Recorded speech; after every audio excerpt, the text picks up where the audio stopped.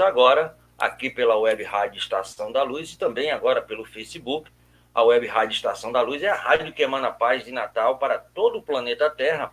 E como todo mundo sabe, a partir das 19 horas nós temos um programa especial. E hoje, mais especial ainda, porque meu amigo Marcelo Neto e nossa Tereza Aire, Terezinha, já sei, Terezinha de Jesus, né? Todos cariocas, saudações tricolores e rubro-negras, porque aqui somos todos fraternidades. E a nossa Web Rádio Estação da Luz, ela tem um apoio institucional da Casa Espírita de Emanuel, do Pronto Socorro Espiritual Fabiano de Cristo, do Pronto Socorro Espiritual Maria do Pão, do Grupo Caritativo São Francisco de Assis e também, lógico, do Movimento Espírita aqui do Rio Grande do Norte. E hoje, como eu falei, nós vamos ter um programa com o nosso amigo Marcelo e a nossa irmã Terezinha, lá dos Estados Unidos, lá de Miami, Flórida. E aqui, como nós somos extremamente cavaleiros, vou pedir permissão a Marcelo para primeiro falar com as damas. Como é que vai, dona Tereza? Tudo bom com você? Tudo bem, muito obrigada por essa oportunidade. Sempre falar do Evangelho é uma honra e uma bênção. E é uma alegria falar para o povo do Nordeste, essa região tão linda que eu tive a felicidade de viver um período. Então, aqui vai minha gratidão por estar compartilhando com vocês o nosso Evangelho. Muito obrigada. Nós é que agradecemos, meu amigo Marcelo. Boa noite, muito obrigado pela sua chegada aqui na nossa rádio, meu querido. Boa noite, Tavares, é uma alegria muito grande. Copio as palavras da nossa querida Tereza, é uma honra para nós estarmos juntos nessa rede de fraternidade que se espalha pelo planeta, né? Agradeço a todos os contribuintes, aqueles que trabalham na labor da divulgação da doutrina espírita, da Web Rádio Estação da Luz e de todas as plataformas correlatas nessa aldeia global de amor e de paz. Muito obrigado pelo convite, Tavares. Nós é que agradecemos demais, meu amigo. E aí nós temos hoje, né, a nossa irmã Tereza e nosso irmão Marcelo. A Andréia está um pouquinho dodói e não vai poder participar, mas o tema é justamente os bons espíritas. Mas nós somos uma web rádio espírita e é um programa espírita, e nós precisamos iniciar, lógico, com uma mensagem. Minha amiga Tereza, você poderia ler a mensagem que foi preparada para nós nessa noite? Deixa eu botar aqui na tela maior, que fica melhor para você, por favor. Muito obrigada. Então, começamos a mensagem intitulada Jesus para o Homem. E achando em forma como homem, humilhou-se a si mesmo, sendo obediente até a morte da cruz. Paulo, Filipenses 2,5. O mestre desceu para servir, do esplendor à escuridão, da alvorada eterna à noite plena, das estrelas à manjedoura, do infinito à limitação, da glória à carpintaria, da grandeza à abnegação, da divindade dos anjos à miséria dos homens, da companhia de gênios sublimes à convivência dos pescadores, de governador do mundo a servo de todos, de credor magnânimo a escravo, de benfeitor a perseguido, de salvador a desamparado, de emissário do amor a vítima do ódio, de redentor dos séculos a prisioneiro das sombras, de celeste pastor a ovelha oprimida, de poderoso trono à cruz do martírio, do verbo santificante ao angustiado silêncio, de advogado das criaturas a réu sem defesa, de braços dos amigos ao contato de ladrões, de doador da vida eterna a sentenciado no vale da morte. Humilhou-se e apagou-se, para que o homem se eleve e brilhe sempre. Ó Senhor, que não fizeste por nós, a fim de aprendermos o caminho da gloriosa ressurreição no reino. Que bela pergunta, meu amigo Marcelo, para a gente iniciar o programa de hoje. Eu queria solicitar que você trouxesse para nós a sua verve, o seu conhecimento através da prece de iniciação. Pode ser, meu querido? Muito prazer, Tavares, com muito prazer. Então vamos nos conectar com esses bons amigos espirituais que regem os trabalhos virtuais pelo planeta inteiro, nesta diferença que faz a conexão das almas nas plataformas virtuais. Senhor Jesus, abençoado amigo de nossas vidas, aqui nos encontramos, Senhor, para mais uma empreitada de luz, apesar das nossas imensas limitações. Sabemos, Senhor, que podemos fazer muito pouco, mas Tu nos fez o convite há mais de 2000 anos, nos trazendo o roteiro e as instruções necessárias para que cada um de nós pudesse se soerguer, se reconstruir e transformar-se em alguém que faz a diferença nas possibilidades infinitas que o Espírito possui.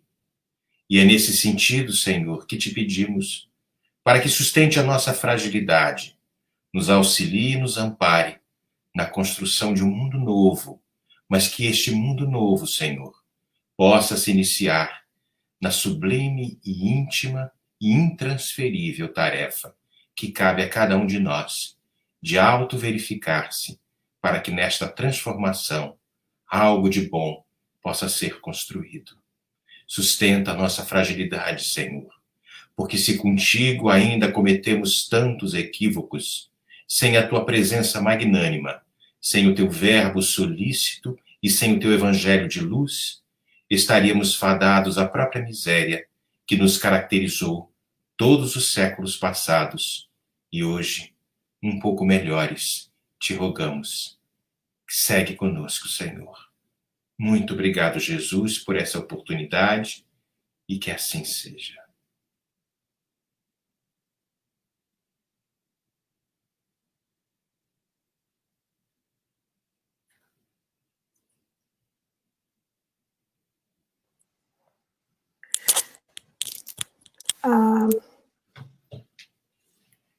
Eu creio que o Tavares está no silêncio, não?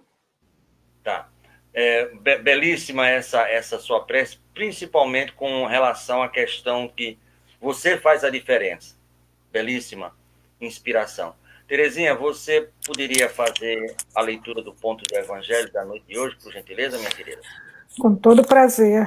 Então, nós vamos falar hoje sobre os bons espíritas, que está lá no capítulo 17 do Evangelho, Sede perfeitos. Bem compreendido, mas, sobretudo, bem sentido, o Espiritismo leva aos resultados acima expostos.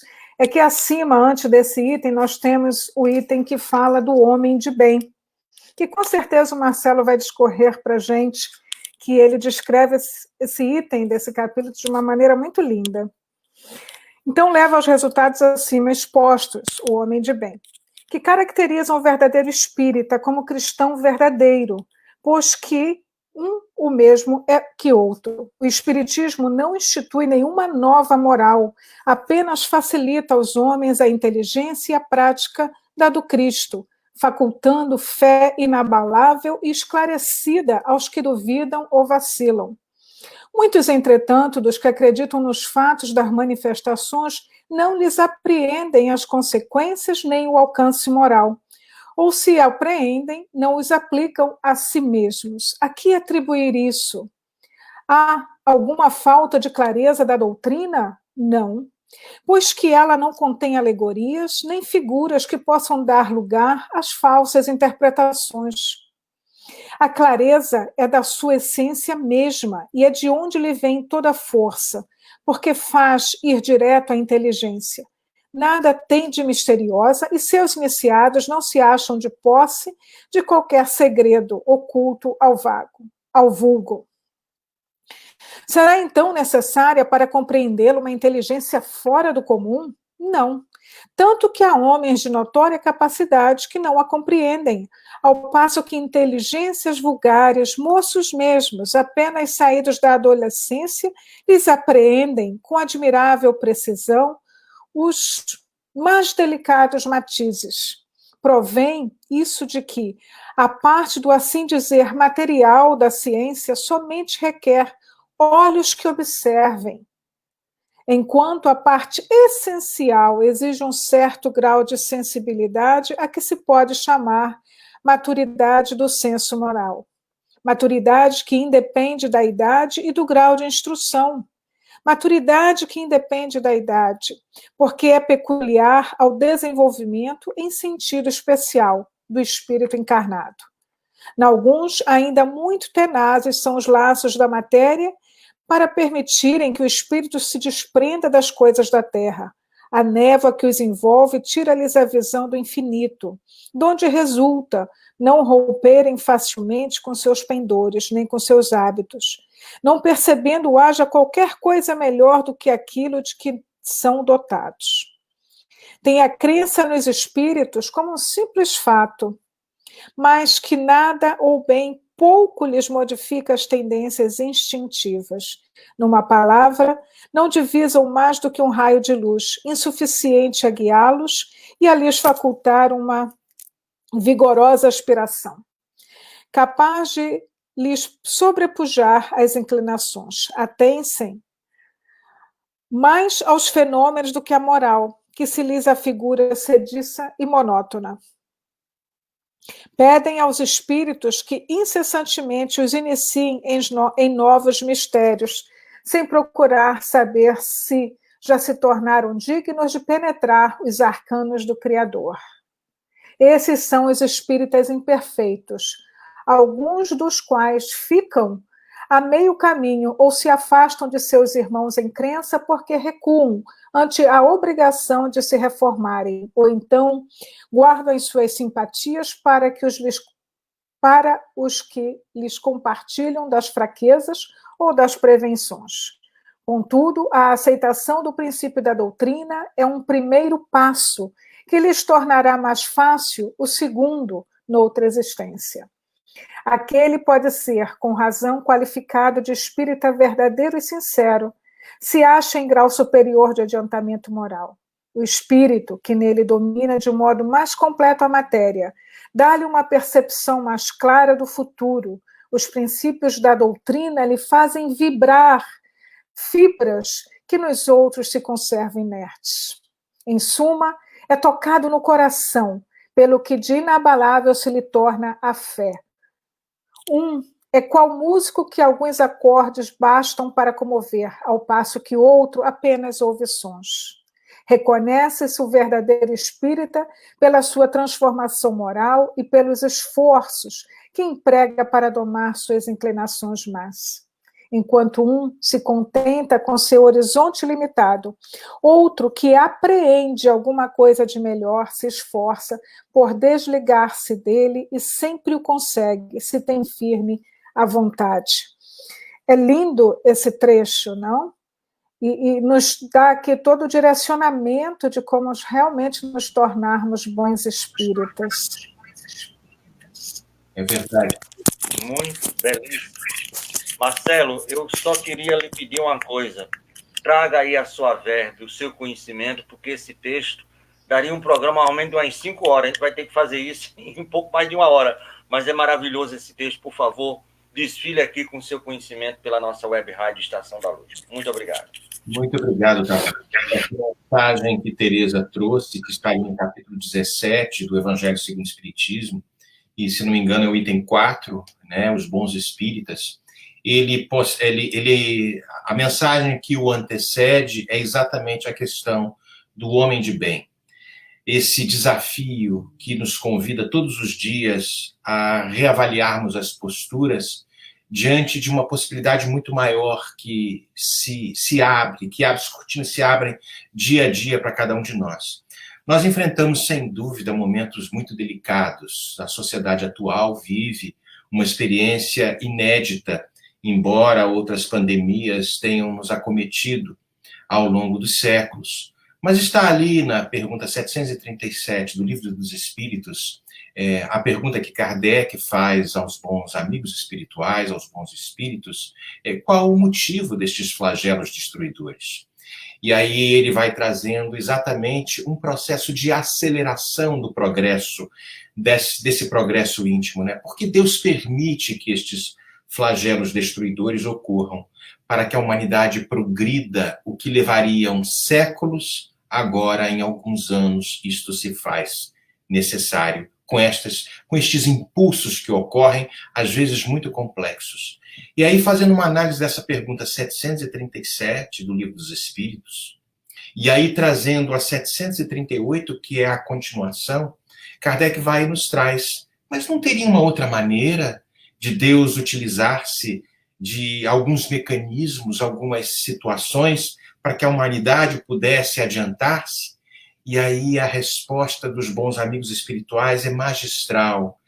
Existe outra maneira e a divindade a aplica todos os dias, trazendo as questões para que nós possamos, com intelecto, sabermos diferenciar o bem e o mal. É como, em outras palavras, ele poderia estar trazendo da seguinte forma: use o amor, meus amigos. Sejam pessoas de bem, sejam bons espíritas. Mas quando nós estamos falando aqui de sermos bons espíritas, nós vamos passar para a base, porque antes deste item 4, do capítulo 17 do Evangelho segundo o Espiritismo, a mensagem que nos convida a esta autoexaminação, esta reconstrução de um homem novo, fala desse homem de bem. Quando falamos de homem de bem, estamos falando do ser humano de bem. Porque ele coloca aqui este verdadeiro ser humano de bem, este homem de bem, é aquele que vai iniciar este movimento íntimo, praticando a lei de justiça, de amor e de caridade na sua maior pureza. Há uma coisa interessante, porque ele começa com este detalhe: aquele que pratica a lei de justiça, de amor e de caridade. Se nós fizermos uma pequena analogia, isto é uma elucubração nossa, as 3 revelações nos trouxeram Moisés, a segunda nos trouxe Jesus, e a primeira revelação Moisés, a segunda Jesus, e a terceira a doutrina espírita, o Consolador Prometido. Moisés com o Decálogo, não com a lei civil, que ela estava adaptada às questões relacionadas à legislação para os homens da época, e haviam muitas questões relacionadas até à lei de Talião, o bateu, levou, coisa muito clara, muito frequente para nós no estágio evolutivo. Nós temos muito esta postura: alguém que nos bate, que nos fere, nós devolvemos na mesma moeda ou até maior. Mas quando esta mensagem do homem de bem nos traz esta sequência, esta lei de justiça, seria talvez a primeira revelação, porque Moisés nos trouxe ali o Decálogo. Na segunda, Jesus nos trouxe o amor. E na terceira, a nossa querida doutrina espírita, a caridade, como lema principal desses processos de construção que devem estar muito bem sedimentados para nós um dia envergarmos a bandeira do homem de bem. Esse homem de bem que pratica esta lei de justiça, de amor e de caridade na sua maior pureza. Esse homem de bem que somos todos nós nesta tentativa, porque a nossa querida Teresa disse que o verdadeiro espírito é aquele que empreende esforços constantes e diários para ser melhor hoje do que foi ontem, e já vislumbrando um futuro mais belo, mais lúcido, neste processo de autodomínio, de construção, de transformação íntima.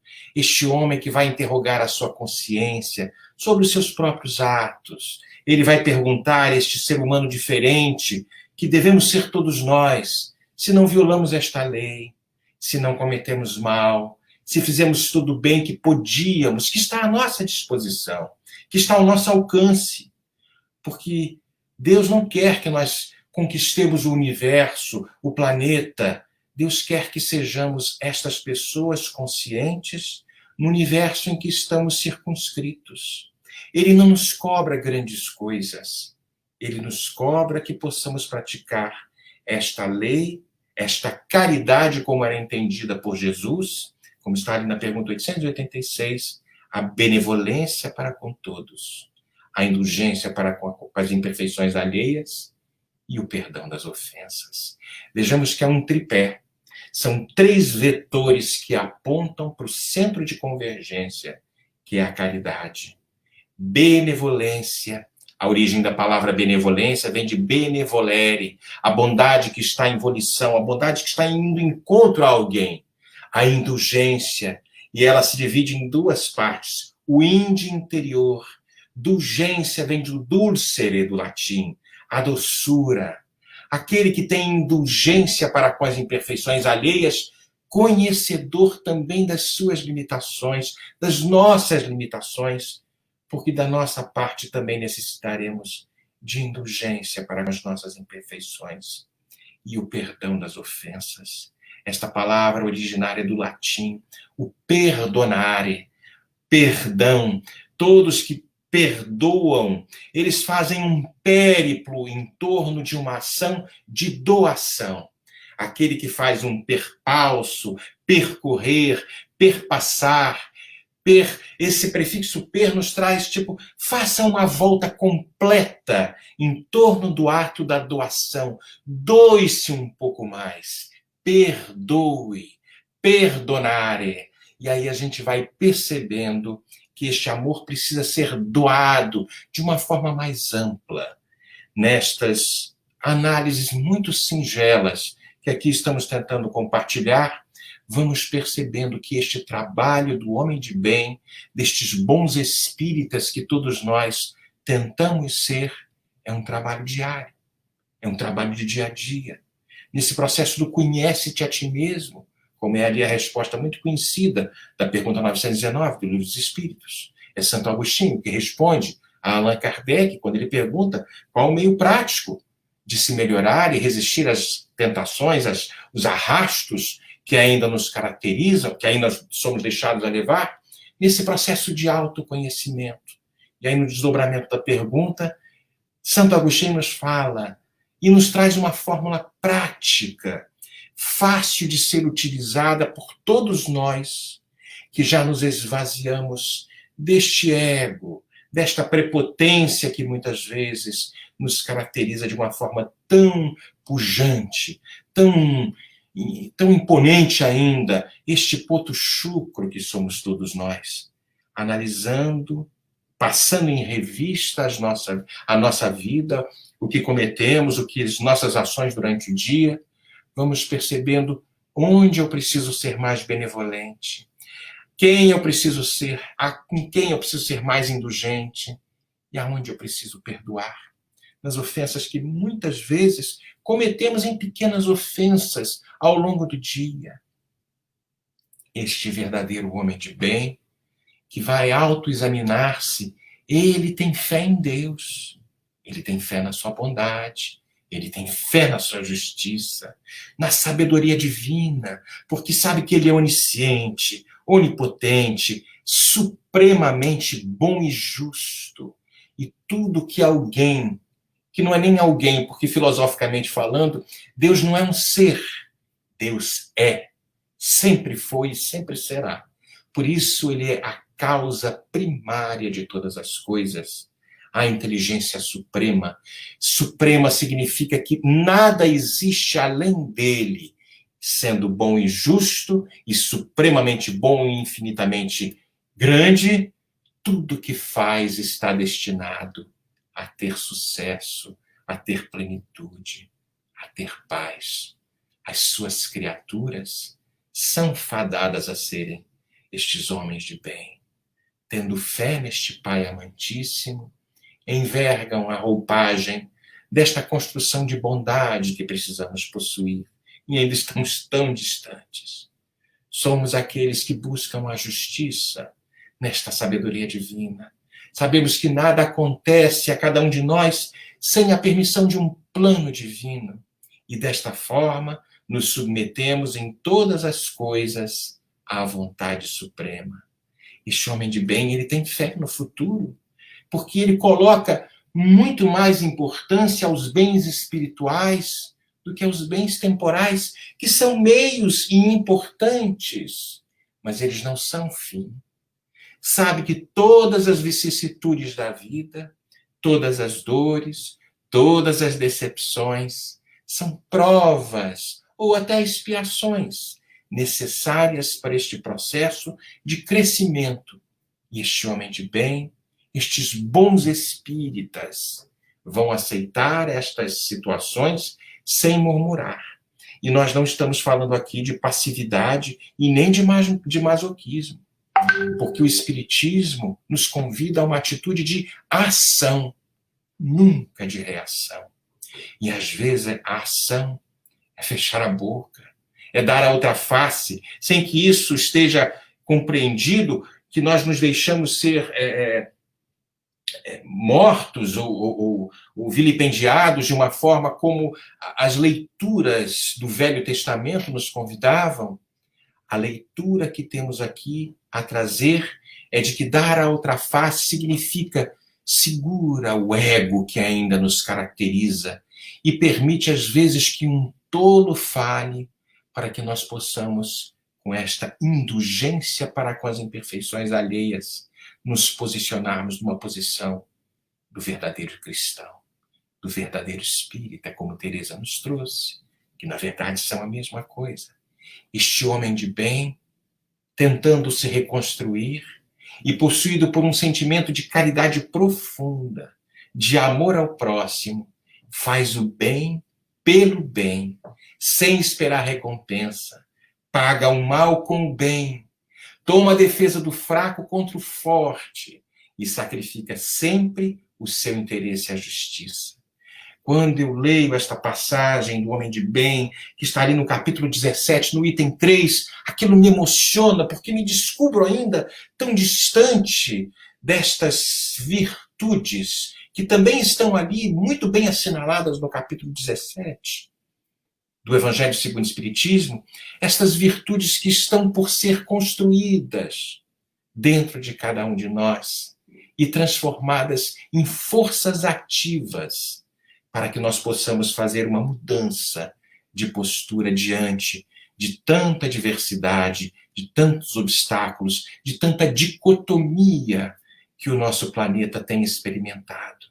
Sem dúvida, os tempos são chegados. Estes tempos são chegados de aferição de valores que são aqueles que nos colocaram numa posição de observação, como se nós pudéssemos agora, diante de todas essas diversidades que o mundo enfrenta, as brigas políticas, as brigas ideológicas, as brigas de toda a natureza, será que é isso que estamos fadados a viver? Ou será aquele processo de briga íntima, o bom combate, que deve ser estabelecido de forma muito tranquila e percebermos que há muito espaço ainda para esta caminhada, que ainda estamos mais no primeiro e no segundo passo na construção de um homem melhor, de um homem mais brando, de um homem mais dócil, de um homem mais pacífico. Esse verdadeiro homem de bem, construindo-se, ele é humano, ele é benevolente, ele não tem distinção de raças nem de crenças, porque vê todos os seus irmãos como irmãos verdadeiros. Ele respeita nos outros todas as convicções sinceras e não lança anátema, ou seja, discórdia aos que não pensam como ele. Em todas as circunstâncias, a caridade para este homem de bem é o seu guia, e ele vai considerar ele considera aquelas palavras de Nosso Senhor, aqueles códigos sagrados que estão ali muito bem postos no Sermão da Montanha, como se fosse um mapa de conduta, como se fosse uma bússola, para que ele possa seguir este homem que é modelo e que é guia. Alguém que é modelo, nós necessitamos, nós temos a intenção de copiar. A gente quer copiar um modelo. E aquele que é guia é aquele que a gente tem que seguir. Porque ele conhece o caminho. E este homem chamado Jesus é este guia, este modelo. Não um homem que deve ser venerado por uma questão de personalismo, como muitos que estão no mundo ainda pedem, sigam-me, porque eu sou o Messias, os falsos Messias. Mas este homem que é a personificação do próprio amor, porque ele nos trouxe naquele código sagrado das bem-aventuranças uma fórmula e um modelo e um mapa para que nós possamos nos identificar nas diversas bem-aventuranças. E vamos perceber que estamos inseridos ali, porque nós somos sofredores, sem dúvida. Porque ainda resultado das nossas más semeaduras do passado, fatalmente estamos colhendo. Mas se soubermos enfrentar estas vicissitudes, estas dores com obediência e resignação, a obediência, esse consentimento da razão, e a resignação, esse consentimento do coração, nós vamos ser consolados, porque bem-aventurados estes que choram, estes que sofrem, porque serão consolados. Mas há de formas diferentes de chorarmos. Há essa postura de brandura, de mansuetude, que ainda não nos caracteriza na grande maioria de cada um de nós. E falo por mim. Talvez eu não esteja ainda nem no primeiro degrau, porque isto parece uma escadinha ascensional, nos trazendo possibilidades de alcançarmos estas bem-aventuranças, esse estado de bem-aventurança, para que possamos um dia envergarmos a bandeira dos bons espíritas.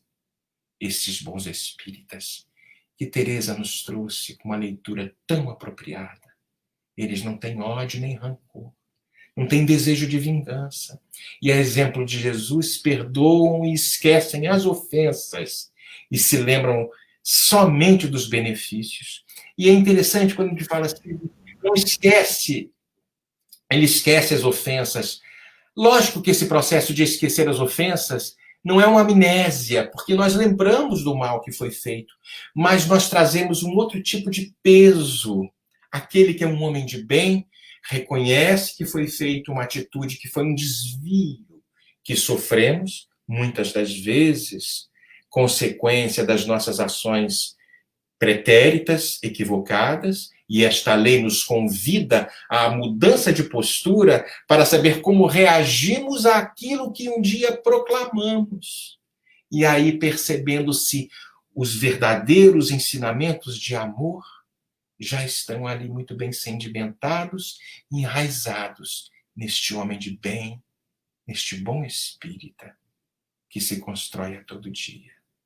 Oh, meus amigos, há muito trabalho a ser feito, há muitos degraus a serem escalados, mas as possibilidades são inimagináveis, porque este homem de Nazaré, chamado Jesus, esse irmão mais velho de todos nós, nos deixou um roteiro seguro para que nós não mais nos percamos. E aí sim, bastaria segui-lo de uma forma obstinada e abnegada, com muito amor. Quando falo obstinada, não estou falando do ponto de vista pejorativo. Obstinada porque já nos desviamos tanto deste caminho, destas leis magnânimas que nos convidam a sermos cidadãos melhores, a sermos homens melhores. Então é hora de levantar, sacudir a poeira, como diz a música, e dar a volta por cima, porque o verdadeiro homem de bem é aquele que perdoa, é aquele que pratica a lei de justiça, de amor e de caridade, na sua maior pureza. Muito obrigado. Meu amigo, nós é que agradecemos, porque você conseguiu, no meu modo de ver, fazer um resumo do Espiritismo em basicamente 20 minutos. Um poder de síntese maravilhoso. A Tereza está aí, meu amigo, que está borbulhando de alegria. Mas, Tereza, nós já temos aqui algumas perguntas, mas a gente vai dar um tempozinho aqui nas perguntas. E aí, os bons espíritas, minha amiga, tem mais alguma coisa a acrescentar a isso magnânimo que o nosso Marcelo, muito bem inspirado, sentimos aqui a vibração espiritual dele? Sem dúvida, sentimos mesmo. A emoção, né, com que ele nos trouxe essas palavras.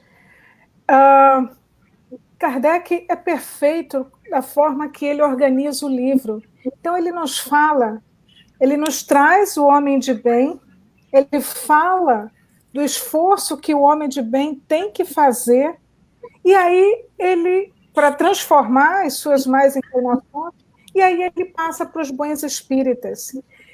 quando ele está falando do homem de bem, ele fala que esse homem de bem, ele é benevolente para com todos, ele jamais vai contra ou criar problemas, diferenças de raças, por diferenças de crenças, e aí ele vem dos bons espíritas. Então, o que a gente pode deduzir automaticamente disso? O bom espírita, acima de tudo, faz o esforço pela sua própria transformação. O bom espírita, ele jamais vai impor a sua crença, a sua fé a qualquer outro que tenha uma crença diferente. Ele nos traz isso como um ponto básico para que nós possamos ser bons espíritas. E se para nós sermos bons espíritas, nós temos que colocar em prática aquilo que nós aprendemos, começamos por aí. Nós estudamos, nós aprendemos, mas a gente também percebe que nesse item ele nos fala várias vezes da palavra aprender. Então, muitas vezes nós lemos, mas nós não aprendemos. E nós vamos perceber a diferença disso quando, além de nós sabermos, nós sentirmos. Quando nós transformarmos esse nosso amor, esse sentimento que vai brotando dentro de nós, que tão lindamente ontem o professor César Reis, na sua palestra, falou que, apesar de, às vezes, o nosso terreno não ser o mais apropriado, a semente é plantada e essa semente vai brotar. Então, nós somos esse terreno que está sendo preparado, que está sendo arado para que as nossas melhores ações possam brotar em forma de plantas lindíssimas. Então, nós começamos entendendo, mas precisamos sentir para que as nossas ações no bem sejam concretas.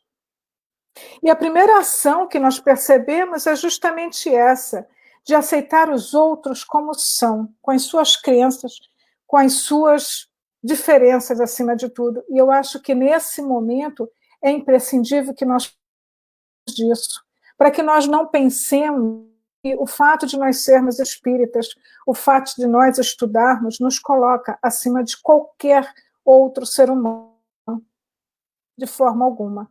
Muito pelo contrário, pelo fato de nós estudarmos e entendermos bem a lei de justiça, amor e caridade, é que nós teremos que ser ainda mais benevolentes e indulgentes para com os outros e para conosco mesmos, porque nós ainda temos um caminho muito grande para seguir. Mas o mais importante é que a gente dê o primeiro passo, então a gente não vai ficar aqui pensando, o caminho é longo, como termina o item, né, que ele termina falando que o espírita, o bom espírita, ele não se limita a esse horizonte limitado. Então, nós sabemos que o nosso horizonte é distante, mas nós temos que caminhar para ele, porque o nosso horizonte é o nosso referencial.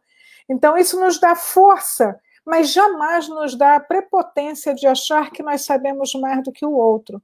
Porque o que nós precisamos ser verdadeiramente, o que nós precisamos fazer verdadeiramente é sentir cada vez melhor.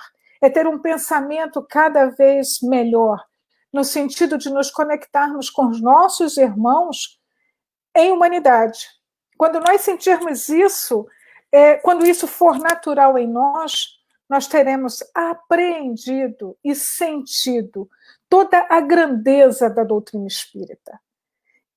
Vai chegar um momento em que, é por isso que ele fala também nesse item, que às vezes um jovem recém-saído da adolescência é capaz de entender o que um homem maduro, culto, não é capaz de entender, porque isso está dentro do coração, isso tem a ver com a nossa maturidade moral, com a nossa maturidade espiritual.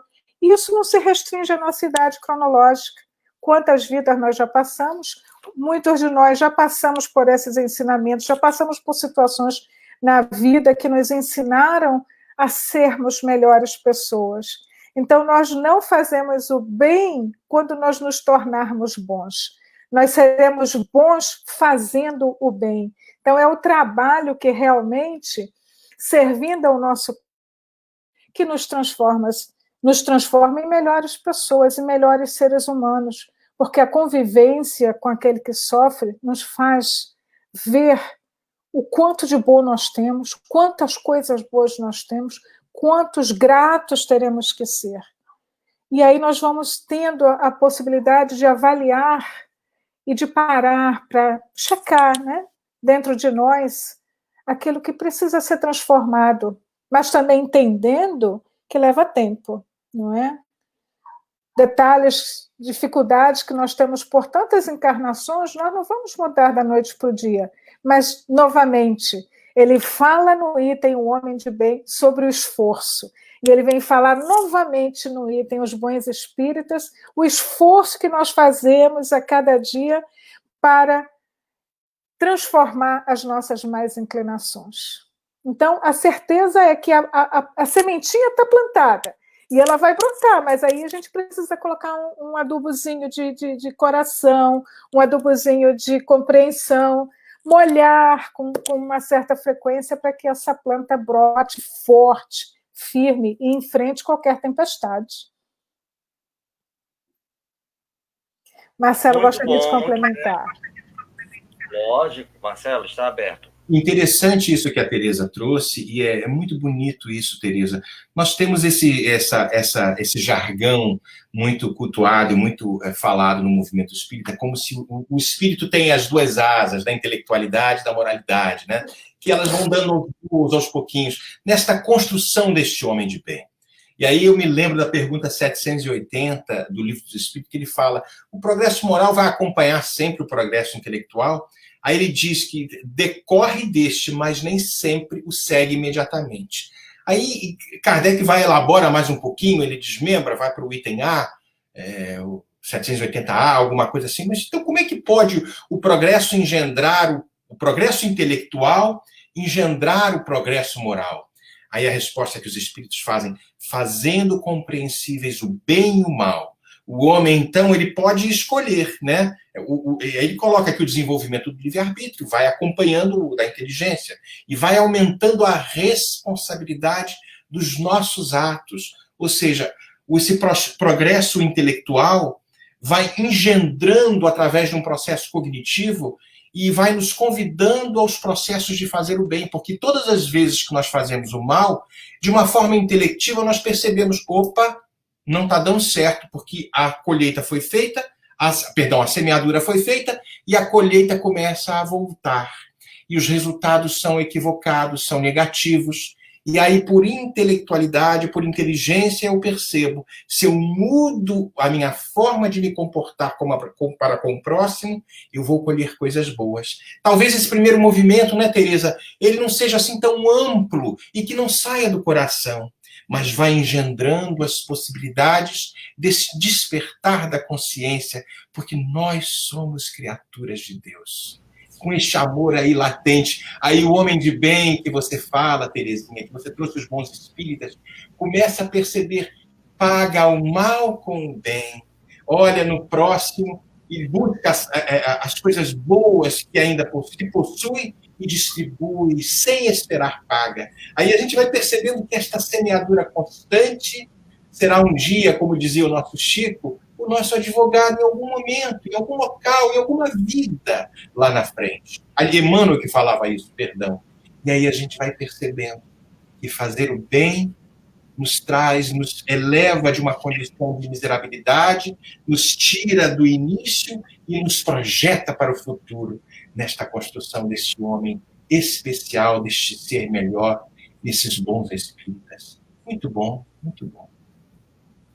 Muito bem. Nós temos, Marcelo e Tereza, uma pergunta para, como diz o outro, ambas as pessoas, mas o cara botou aqui o seu nome.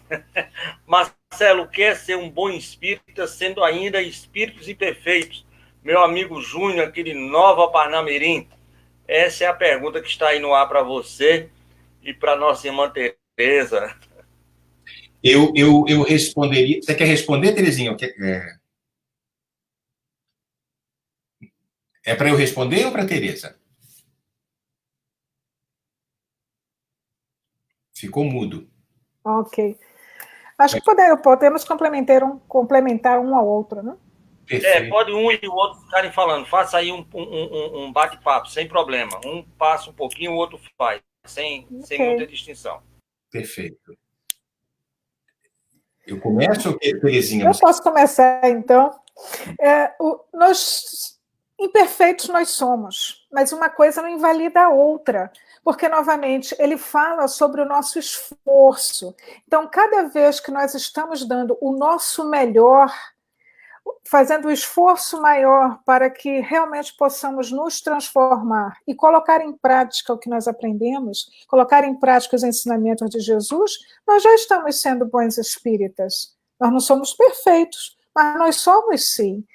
Emmanuel, no livro Seara dos Médiuns, na questão 7, ele nos fala sobre o pensamento, que o pensamento é o nosso cartão de visita. Então, no momento em que nós alimentamos o nosso pensamento com boas mensagens, com bons exemplos, com boas ações, nós somos naturalmente acompanhados de boas vibrações, de bons espíritos. Então, isso já nos dá o direcionamento de ser um bom espírita.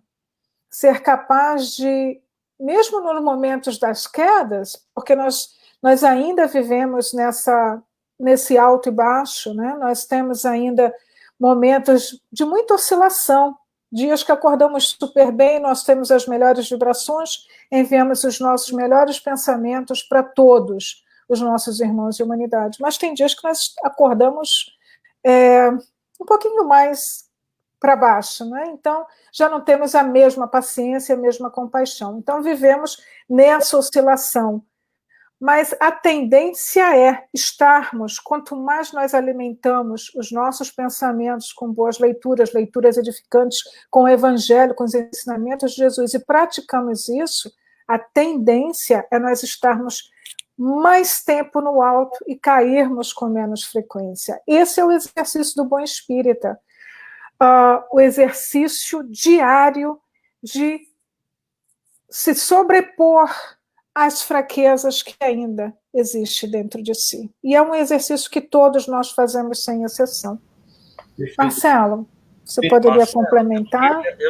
Marcelo, eu não queria interromper você, mas fica essa pergunta, porque tem uma pergunta aqui que foi feita pela Andréia, bem interessante, é que privilegia o perguntador. Mas fica aí com essa, para você responder essa pergunta. Olha só como é interessante. Perguntaram aqui, estou com 54 anos e acabei de descobrir a doutrina espírita. Está muito tarde para começar esse trabalho e de me tornar um bom espírita? Cometi tantos erros na vida, mas quero acertar. André, minha esposa, que fez essa pergunta, mas ela deve ter passou a pergunta de uma outra pessoa. Não, perguntaram por aqui, quer dizer, deve ter sido lá no Face, alguém deve ter feito essa pergunta e ela mandou aí para a gente, né? Por isso que perguntaram por aqui, deve ser pelo Face dela. Nunca é tarde para começar. Nunca é tarde para começar.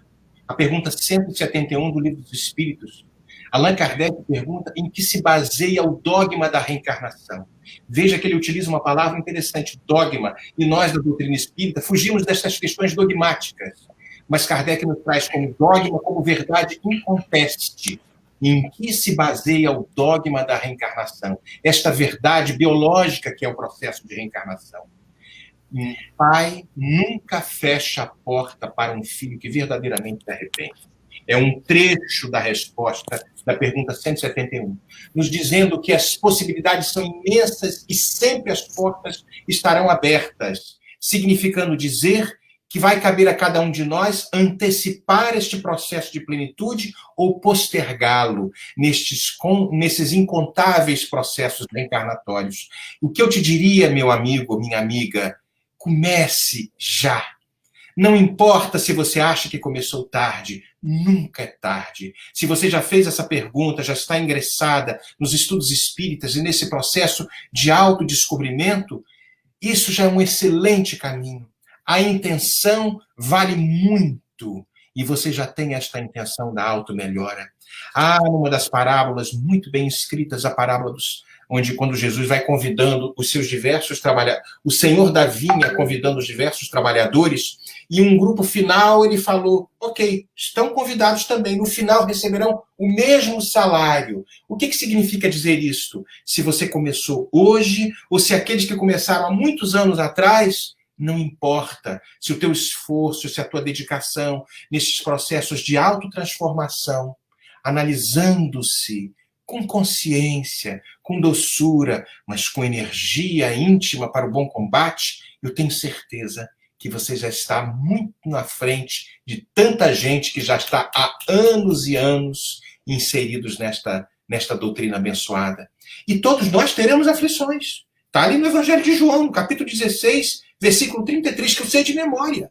No mundo tereis aflições, mas tem de bom ânimo. Eu venci o mundo, foi a fala de Jesus. No mundo teremos todos aflições, mas ele nos traz, tem de bom ânimo, que essa palavra deriva da alma, ânima de alma, coragem, traz a tua alma para, com muito destemor, nestas batalhas da vida, porque ele venceu o mundo.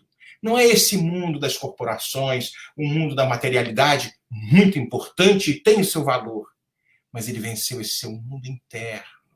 É o convite que Jesus está fazendo para o bom combate se iniciar mais cedo, para que a gente não postergue mais os momentos de felicidade que estão a bater na nossa porta. Eu te diria que você está no caminho certo e começou no momento certo. Meus parabéns. É o que eu te falo. Meus parabéns. Tereza, você também quer parabenizar o nosso amigo? Com certeza, até porque eu sou um exemplo desse, que eu conheci o Espiritismo já, não foi jovenzinha, já estou bastante tempo nele, mas já conheci adulta, não tive o privilégio que muitos jovens nas nossas casas espíritas têm de participar da evangelização. Então, com certeza, quando a gente começa cedo, conhece cedo, a gente muitas decisões não muito felizes nós evitaríamos. Mas o importante é começar. E quando a gente descobre esse caminho, não há como regressar, porque o Espiritismo nos ensina a caminharmos com os nossos próprios pés. Nos diz que, apesar dos nossos erros, nós temos possibilidades de corrigi-los, de repará-los, que nós temos muitas encarnações para corrigir aquilo que fizemos de errado e muitas encarnações para aperfeiçoarmos o que nós já temos de bom. Então, é uma doutrina que é infinitamente misericordiosa e nos dá esperança sempre. Então, isso já nos dá força em qualquer situação da vida. Marcelo estava falando da questão que retrata as nossas dificuldades, os problemas que nós vamos passar pela vida. Quando a gente muda a palavra problema para a palavra desafio, a gente já tira um peso dessa palavra. E aí, cada desafio que nós vencemos, nós nos tornamos mais fortes, mais encorajados para vencer outros desafios. E é isso que a doutrina nos favorece.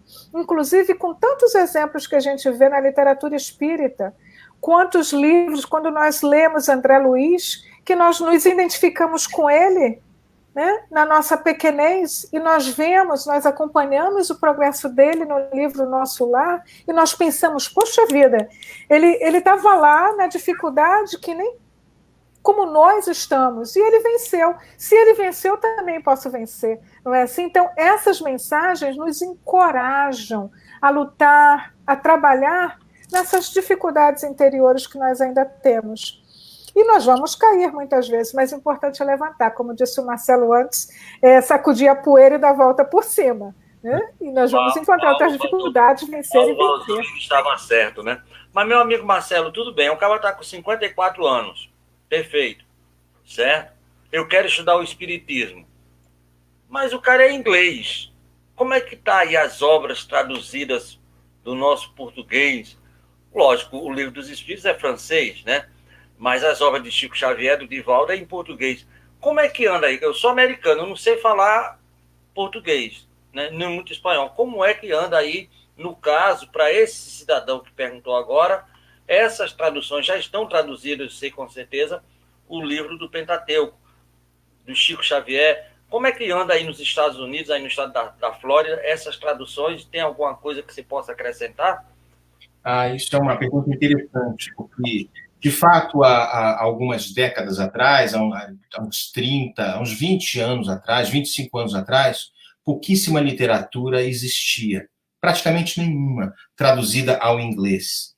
E, mais ou menos no ano de 2007, 2006, se eu não estou enganado, talvez um pouco recuado, uma pessoa muito especial que foi o presidente da Federação Espírita Brasileira, Nestor João Mazzotti, e foi também secretário-geral do Conselho Espírita Internacional, iniciou uma campanha especialíssima de tradução de obras. Não que as traduções não ocorressem já de uma forma assim um pouco avulsa, mas com as suas dificuldades, com as suas limitações. E ele iniciou um programa de traduções destas obras para o inglês e para diversas outras línguas que foi excepcional. Em 2010, Nestor Mazzotti nos fez um convite e nós iniciamos e demos início a uma editora aqui nos Estados Unidos chamada Ediceu of America, que ela existe até hoje. Hoje o nome fantasia dela se chama FEB Publisher, porque é o braço editorial da Federação Espírita Brasileira em terras norte-americanas. E o que aconteceu? Nós temos continuidade a esse trabalho que o Nestor Mazzotti e a equipe toda, que foi excelente, iniciou de uma forma muito especial, e o nosso trabalho foi exatamente de dar algum tipo de continuidade na tradução, mais particularmente as obras em inglês.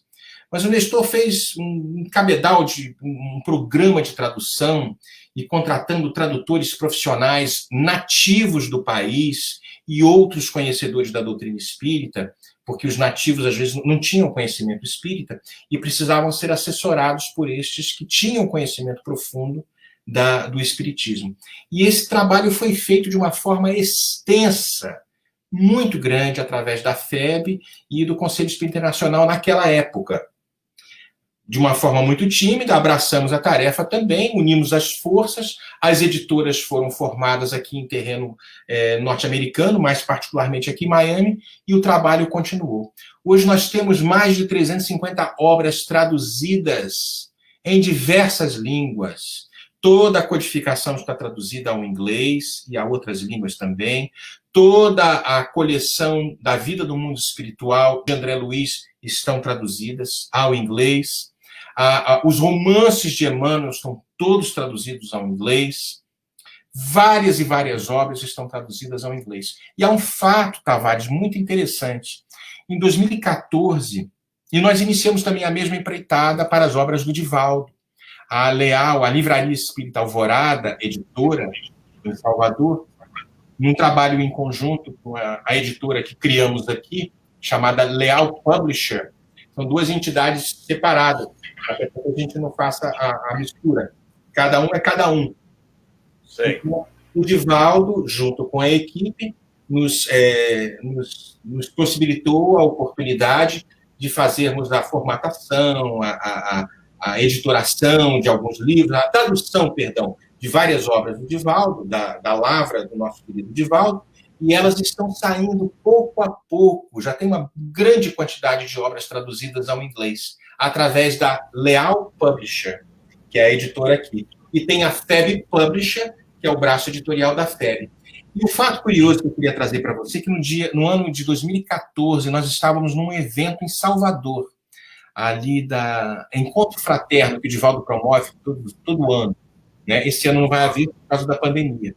Aí voltávamos de um encontro fraterno no avião.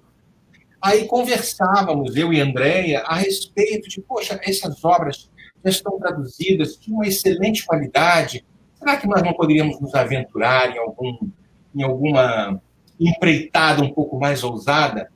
E aí a Andréia fez a pesquisa, descobrimos uma companhia que fica no Michigan, no norte dos Estados Unidos, chamada Jenkins Group. E este grupo é ligado a um processo de divulgação de obras cristãs. Ele promove uma campanha muito bela e nós submetemos o Pão Nosso, traduzido ao inglês, Our Daily Bread. Foi uma tradução da Illy Reis e de um americano chamado Daryl Kimball. Aí ele faz parte da nossa equipe de tradutores. Na verdade, ele é a chefe da equipe de tradutores daqui. Com essa editora, nós montamos uma espécie de um departamento e aí, em termos de tradução, é ela que a gente bate continência. E aí, ele, junto com o Daryl, fizeram a tradução do Pão Nosso e uma série de outros livros. E o Pão Nosso foi submetido a este grupo, Jenkins Group, para a gente ali, timidamente, falando, vamos ver qual é o tipo de pedrada que a gente vai levar. Porque eles promoviam obras cristãs.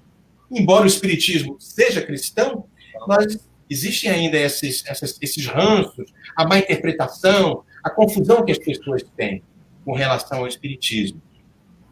Porque não compreendem muito bem. Exatamente. E aí mandamos André submeter os livros, o Pão Nosso, submetemos o Paulo Estevam, e o outro livro não me recordo. Em 2015, logo no começo, recebemos um e-mail falando que o Pão Nosso, em inglês, tinha ganho a nossa tradução. Quando falo nossa, não é a nossa, não fui eu que traduzi, foi a ele e o Daryl. Mas a tradução que tínhamos submetido e que estava sendo distribuída aqui através da nossa editora, ganhou o 3º lugar nacional aqui nos Estados Unidos. 28 estados concorreram e 4 países concorreram. França, Reino Unido, Inglaterra, acho que Austrália. Eu não me lembro, eu tenho que pegar até aqui os dados, que foram os países que concorreram. Todos de língua inglesa, não é isso? Todos de língua inglesa. E 28 estados. O Pão Nosso em inglês ganhou a 3ª colocação nacional. Não nacional, internacional, porque 4 países participaram. E nós, a Andréa deu um pulo. Quando ela abriu o e-mail de manhã, nós estávamos assim acordando, aí ela botou o computador assim, na câmera cedo. Quando ela leu aqui, ela deu um grito, que eu falei, meu Deus do céu, vou gastar dinheiro para fazer o telhado de novo. Porque ela quase foi no teto e voltou. E deu um pulo de alegria. A gente brinca que o Chico foi tão humilde que não quis nem a 1ª colocação. Ficou feliz com o 3º lugar. Mas como é o Pão Nosso em inglês? Diga aí de novo. Our Daily Bread. Our de nosso, daily de diário, pão, o pão nosso. Nosso pão diário, né? Our Daily Bread. Então ficou uma coisa bem interessante mesmo. E o mais interessante que a banca examinadora não teve um espírita, porque são americanos, norte-americanos ali. Eu imagino, aí eu quero imaginar. Bem fechadozinho, não é isso? Eu quero crer isso, Tavares. Eu, na verdade, não tenho conhecimento da banca examinadora, mas eu imagino como sendo uma empresa ligada à área de promoção de marketing e lançando essas campanhas publicitárias pelo país inteiro de obras cristãs. Imagino que tinham batistas, pentecostais, presbiterianos, católicos, alguma coisa nesse sentido. Nenhum espírita. E o espiritismo. E logo no começo, se você pegar ali o prefácio, logo no comecinho, as primeiras mensagens que Emmanuel traz, ele cita espiritismo, ele cita a reencarnação. Eu falei, vamos levar um monte de pedrada. E não, meu amigo. Tanto é que as novas traduções agora, que a FEB está fazendo, ele mudou a cor da capa, está um pouco meio amareladazinha, amarelinha, e bota o símbolo do prêmio que ganhamos. Livro Iluminativo Cristão. E isso foi muito bom. Isso foi muito bom. Porque abre... Agora... Fale, perdão.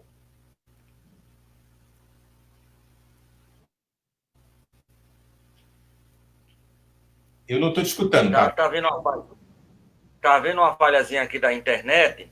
Uhum. Mas eu queria saber de você e da Cristina, que deve ter vivenciado isso também, a que se deve o grupo ganha esse 3º lugar maravilhoso nessa verdadeira batalha hercúlica que ele teve aí para ganhar esse prêmio. A que se deve o ganho do Pão Nosso? Não sei se você me escutou bem, que aqui está um temporal grande e eu não sei como é que está a internet, está meio fraca. Repita a pergunta, que eu ouvi aqui falhando. A que se deve, meu amigo, o ganho do 3º lugar do livro Pão Nosso? A que se deve isso, essa batalha hercúlica que se foi ganha? São aquelas 180 mensagens, basicamente, que tem o livro, em que fala de Jesus para o homem, como nós falamos no início, do homem para Jesus, boa essa mensagem universal. Eu vou responder da forma... Eu entendi, ela cortou, eu não sei o finalzinho como você... mas eu vou te responder o que deve. Alô? Você está me escutando? Oi. Acho que voltou. Pode prosseguir, pode prosseguir. Perfeito. Essa batalha, eu acho que o Chico deve ter dado um dedinho ali, a espiritualidade deve ter mexido os pauzinhos ali. Porque, Tavares, veja que coisa interessante. Um dos maiores desafios que existe nesse processo de divulgação de doutrina espírita pelo mundo eu creio que as traduções a tradução da literatura espírita para um idioma diferente é desafiador. Toda a estrutura fraseológica ela tem que ser adaptada de uma forma sem alterar o original, porque senão nós seríamos coautores, e não é o caso. Aquele que traduz, ele tem que traduzir o conteúdo que está ali. Não adaptá-lo de uma forma leviana, para, de repente, atender melhor a um público, a um gosto. Logicamente que a construção fraseológica ela vai ser diferenciada. Por exemplo, no caso do Pão Nosso, toda a construção baseia-se numa língua latina. O latino ele é mais rebuscado, ele fala de uma forma um pouco mais longa, as frases são mais longas. E a língua anglo-saxônica, o inglês, ele é mais objetivo, ele é mais assim, pá, pá, pá, pá, pá, pá. Estou fazendo até um pouco de um sonzinho para que a gente possa entender. Como é que você traduz, como é que você transforma um conteúdo latino para um conteúdo anglo-saxão sem adulterar a obra? Porque eu reconheço o esforço dos primeiros tradutores latinos para a língua inglesa. Foi um esforço muito grande, sem dúvida, mas ainda com a mentalidade latina. Então, mesmo que falassem muito bem inglês, as primeiras traduções trazem ainda o ranço da forma de pensar e da forma de escrever como os latinos trazem os seus conteúdos. Então, por melhor que eu fale inglês, sendo latino, mas não tendo esse conhecimento profundo da língua, muitas vezes vou cometer muitos equívocos. E a obra fica ininteligível para os amigos aqui da língua inglesa. E à medida que o Nestor Mazotti foi contratando tradutores nativos que foram assessorados por espíritas com um bom e profundo conhecimento da língua, a coisa começou a ter um formato diferente, começou a ter um sabor diferente, porque fluía de uma forma muito melhor, fazendo sentido todos os conteúdos que ali estavam. Eu acho que este foi um dos componentes que, sem dúvida, fez a grande diferença. A outra, sem dúvida, a espiritualidade. A espiritualidade que quis que esta obra entrasse na veia literária do movimento cristão americano, nem movimento espírita, porque o nosso movimento espírita aqui nos Estados Unidos ele é muito pequeno, pouca significação ele tem. Quantas casas espíritas nós temos nos Estados Unidos? Talvez 100 casas, um pouco mais. São muito poucas casas para um país de dimensões continentais. São mais de 330 milhões de habitantes. Então, nós temos essa dificuldade de realmente, sendo poucos, e ainda naqueles primeiros tempos, muito pouco conteúdo espírita disponível na língua inglesa, de sensibilizarmos as pessoas para que pudessem perceber a beleza desta obra. Então, nessa situação específica do prêmio, eu creio que esta iniciativa do nosso querido Nestor Mazotti, contratando tradutores nativos, e aí nós demos sequência, não deixando que eles se escorressem, eles hoje fazem parte da nossa equipe, né? Demos sequência a isso em 2010, e o dedinho do Chico, eu acho, da espiritualidade. Alguma coisa ali aconteceu, como a gente diz no Brasil, algum borogodó aconteceu ali, que a coisa funcionou. Eu não digo um dedinho, mas uma mão psicografando ali, com certeza, ajudou bastante o tradutor. Mas, Tereza, você também participou, lógico, desse momento. E eu queria saber de você uma outra coisa, porque Marcelo falou da coisa ali, do bojo ali, da coisa feita, trabalhada com Nestor e tudo mais. Mas como é que foi a reação do público norte-americano? Você que está por aí há muito tempo, você já ouviu falar de outra maneira, de outra coisa? Como foi a reação do público em relação a esse livro? Porque deve ter uma divulgação, alguma coisa nesse sentido, o Pão Nosso. Eu queria mais que você falasse do povo, ou do próprio movimento espírita, lógico, aí da Flórida e dos Estados Unidos. Tavares, eu não poderia falar do público americano, mas eu posso falar o seguinte, que Pão Nosso é mensagem de Jesus.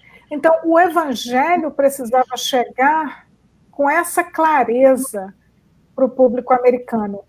Para o movimento espírita da Flórida, que é composto basicamente de brasileiros, isso foi um presente, até porque traz de volta para as nossas mentes esse livro, que a cada mensagem de Emmanuel nós podemos fazer um estudo de 1 hora, porque, como um grande espírito que é, ele escreve pouco e nos diz muito, nos ensina muito, e nos remete, nos traz de volta a necessidade de estudar o Evangelho.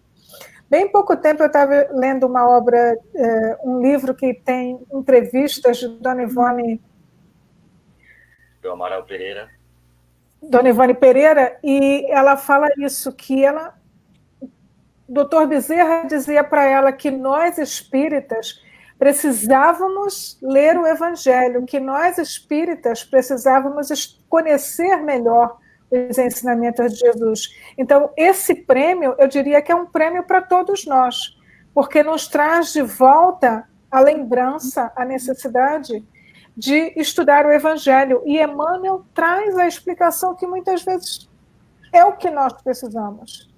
Então, eu diria que esse prêmio é para todos nós, e com certeza a espiritualidade trabalhou para que o Evangelho fosse visto com essas luzes, com essa clareza que o Espiritismo nos traz. O Marcelo estava falando do movimento espírita, você também falou, mais ou menos 100 casas, né, isso, por aí nos Estados Unidos. O movimento na Flórida, e principalmente com algo que eu acho muito importante, que é o jovem, que é a criança.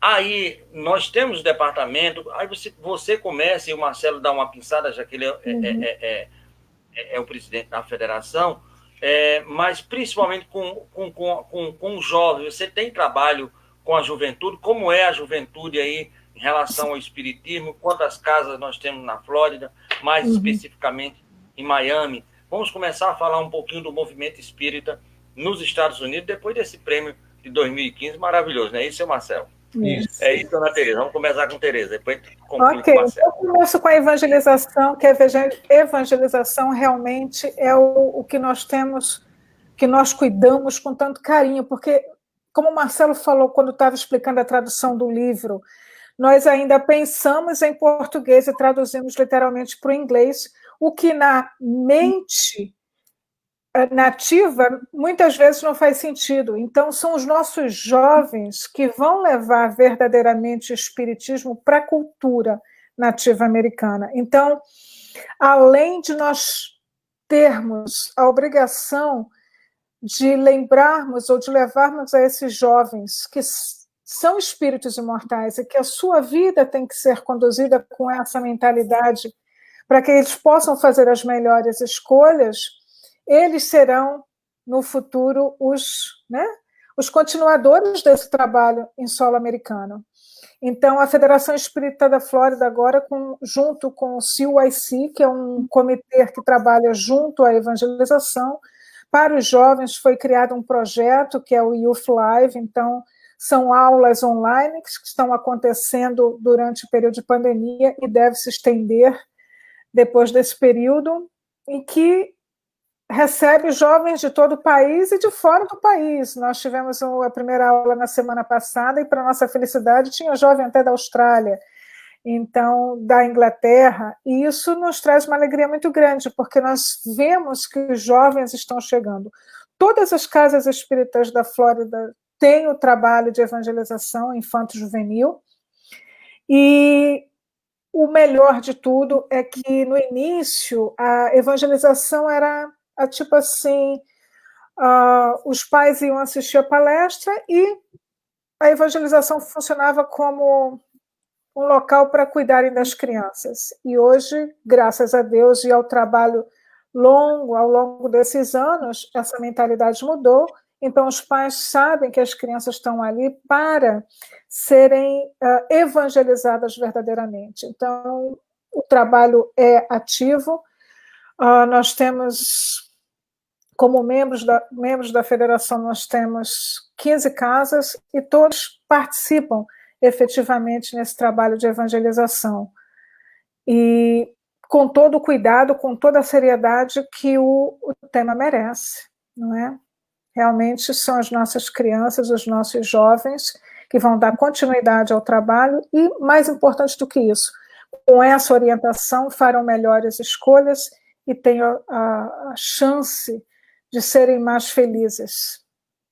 Tereza, conturbada, não é? Tavares, só para complementar um ponto que Tereza trouxe, Tereza falou de uma forma muito bonita, e nós participamos uma vez, foi em 2012, em um evento espírita aqui, de língua hispânica, e o Divaldo foi convidado para proferir a palestra. E era uma casa espírita de língua hispânica, falavam espanhol. E estávamos ali participando, eu era o presidente da federação na época também, e ele foi, num determinado momento, as pessoas falando ali, vamos convidar o Divaldo, e o Divaldo terminou a palestra, tinha um momento ali de música, de arte, ele me puxou para o lado e falou assim, meu filho, dá uma olhada aqui, tinha umas 200 e poucas pessoas, né? Eram todos dirigentes espíritas e frequentadores espíritas, mas das casas espíritas de língua hispânica. Imigrantes, cubanos, colombianos, hispânicos, de origem espanhola, de origem hispânica. Ele falou, qual é a média de idade aqui, meu filho? Aí eu dei uma olhada assim, Divaldo, acho que uns 70 anos, né? Sim, meu filho, uns 75 anos é a média de idade. Daqui a 10 anos está todo mundo no mundo espiritual e eles não prepararam os jovens. E o que vai acontecer? Estas casas vão morrer porque não deu sequência. Então, nós vemos que não havia um cuidado com a juventude do ponto de vista dos hispanos. Não estou fazendo de maneira alguma uma denigrição da metodologia, como eles são espíritas, são kardecianos, seguem a doutrina, o Pentateuco kardeciano, mas não tiveram essa preocupação de formar a juventude. Então, o que aconteceu? Muitas casas de língua hispânica terminaram, porque os seus dirigentes morreram, desencarnaram, e aí ficou aí o peso para a brasileirada que fica aí. Então, está aí a mensagem, e que a Tereza trouxe de uma forma muito bela. Ela é uma das responsáveis, ela é a responsável pela evangelização da nossa federação. Ela é a nossa vice-presidente e também responsável pela questão da evangelização. E ela é excelente nesse quesito. Todas as aulas são conduzidas em inglês, não é isso, Terezinha? Sim, todas as aulas são em inglês, porque a língua dos jovens é a primeira língua. Exato. E nós não estamos ali para ensinar o português, nós estamos para ensinar o espiritismo. Então, é preciso que eles compreendam bem. Se a primeira língua é inglesa, a classe é dada em inglês. O Alexandre, o Marcelo e Tereza, você falou que tem 15 casas, mais ou menos, na Flórida. O público é mais de brasileiros, de hispânicos, ou o americano também está chegando, já tem uma parte boa do americano? Como é que é esse público que flutua nessas 15 casas? É mais brasileiro, é mais americano nativo, tem hispânico? Como é que está aí essa questão da distribuição, principalmente na Flórida, que tem essa possibilidade de brasileiros, hispânicos e nativos? Como é que está aí, meu amigo Marcelo?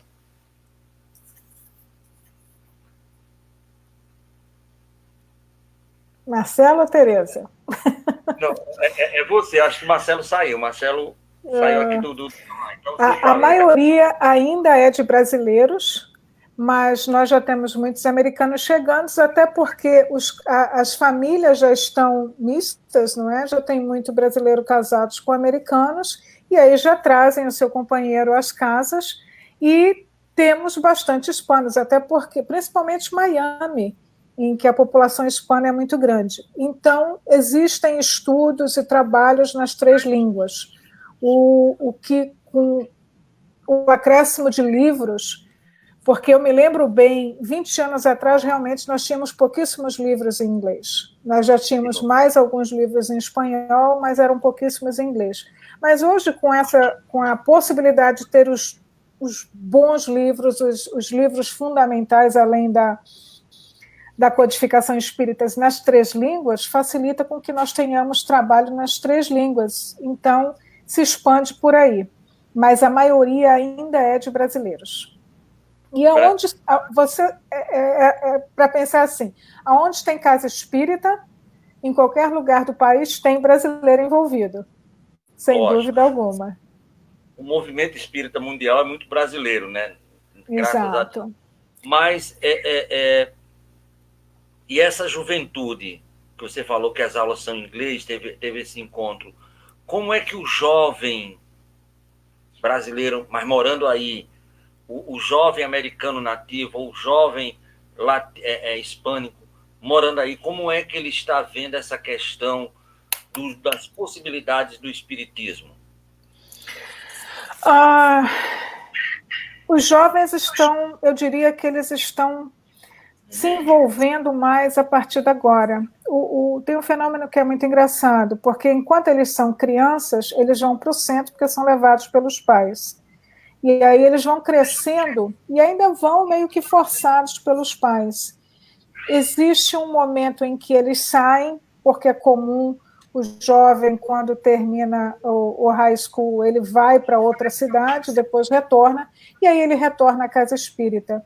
Mas eu diria, por exemplo, baseado nessa primeira aula que foi aberta a jovens de todo o país na semana passada, pela resposta deles mesmos, existe mais um interesse, porque eles já estão vendo com mais clareza que o espiritismo responde questões muito internas, responde perguntas que outras, em outros locais, vamos dizer assim, eles não encontram. Então, nós tivemos a felicidade de ouvir vários jovens dizerem assim, poxa, que bom saber que tem outros jovens que também são espíritas, porque na cabecinha deles eram só eles os espíritas. Então, é muito bom saber que isso é uma realidade para eles. Marcelo, acho que agora estamos só nós dois, porque eu não vejo mais Cavares.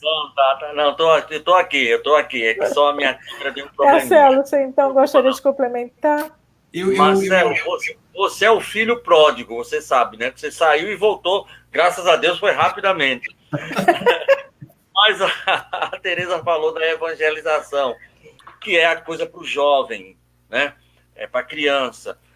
Como é que está o estudo do adulto, quer dizer, o ESD, o estudo mediúnico, como é que anda aí a nível principalmente de Miami e da Flórida, como é que está funcionando esses estudos, congressos, semanas espíritas, como é que está isso tudo aí pelas terras de Tio Sam? O movimento espírita cresceu muito nesses últimos anos, cresceu absurdamente, é verdade. Hoje a federação, ela tem a Federação Espírita da Flórida, tem a Federação Espírita dos Estados Unidos, né, que é a Federativa Nacional, mas falando, como você está fazendo a pergunta da Flórida, o movimento cresceu bastante e se estruturou de uma forma bem interessante. Se você olhar, por exemplo, nós temos eventos, os congressos que ocorreram e não ocorreram esse ano por causa da pandemia. Eles têm crescido de uma forma paulatina e de uma forma muito interessante, porque nós iniciamos esses congressos de uma forma regional, ou seja, só para o Estado, e ao longo dos anos eles começaram a ganhar uma amplitude tamanha que eles se transformaram quase em congressos internacionais. Nós temos pessoas do Canadá, do México, da Colômbia, Reino Unido, de outros países, e vem gente dos Estados Unidos inteiro. Então, o movimento cresceu muito. Você tinha falado da dificuldade nossa, a dificuldade existe, mas nós, hoje, já há muitos anos, as casas não mais alugam espaços por hora. Tem as suas sedes próprias, lógico que a grande maioria pagam aluguel. Mas tem aquele espaço integralmente dedicado às atividades espíritas. Então, a casa é integralmente dedicada a esse trabalho de estudo da doutrina espírita, das obras da codificação espírita, das obras correlatas de André Luiz, da literatura que Chico nos traz, a Lavra que Chico nos traz. Divaldo tem contribuído de forma absurda no movimento, desde quando ele chegou aqui pela primeira vez. Então, todas essas situações ocorreram trazendo uma grande... O movimento ficou movimentado. Vou trazer esse pleonasmo aqui, entendeu?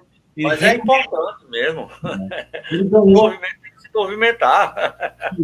Ele, logicamente, traz as suas dificuldades, traz os seus desafios, e isso é sinal de que está crescendo. Se nós tivermos aquele marasmo, você pode ver, quando você está em casa arrumadinho, bonitinho, cheirosinho, nada acontece. Mas também não há progresso, não há nada. Quando o movimento começa a ganhar em quantidade e em qualidade, a situação, sem dúvida, fica muito mais desafiadora. Mas nós temos conseguido, na medida do possível, com as nossas limitações, dar algum tipo de cor, de colorido a esta proposta. Eu diria que o grande desafio, e vai continuar por um bom tempo, acredito que se Papai do Céu for bonzinho, e ele é, nós é que somos rebeldes, nós teremos que reencarnar novamente no solo americano, norte-americano, para dar sequência nesse primeiro trabalho que está sendo feito, e talvez assim abrir uma picada na mata.